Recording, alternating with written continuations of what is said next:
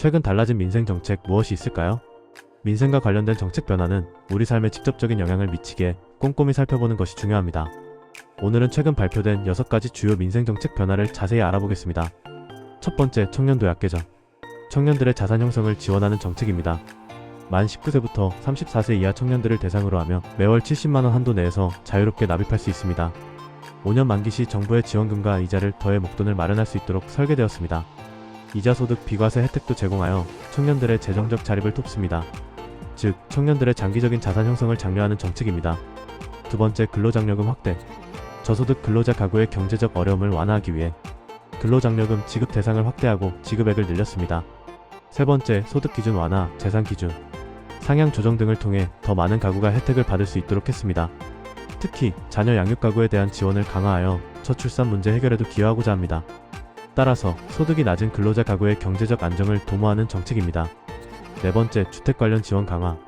주택 구매 및 임차와 관련된 다양한 지원 정책이 확대되었습니다. 생애 최초 주택 구매자, 신혼부부 등을 위한 대출금리 인하, 주택 구입, 자금 지원 확대 등이 대표적입니다.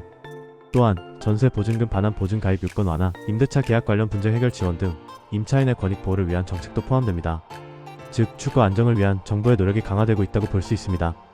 다섯 번째, 소상공인 지원 확대.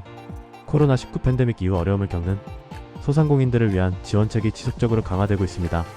저금리 대출 지원, 폐업 지원 확대 등 온라인 판로 개척 지원과 같은 다양한 정책을 통해 소상공인들의 경영 안정과 성장을 돕습니다. 또한 상권 활성화를 위한 지원 사업도 추진하며 지역 경제 활성화에도 기여하고자 합니다. 따라서 소상공인의 자생력 강화와 지역 경제 활성화를 목표로 합니다. 여섯 번째, 취약계층 지원 강화.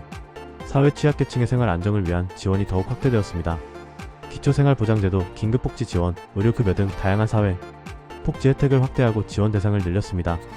또한 노인, 장애인 등 취약계층을 위한 맞춤형 서비스 지원을 강화하여 사회적 안전망을 더욱 촘촘하게 구축하고자 합니다. 즉, 사회적 약자 보호를 위한 정부의 노력이 지속적으로 강화되고 있습니다.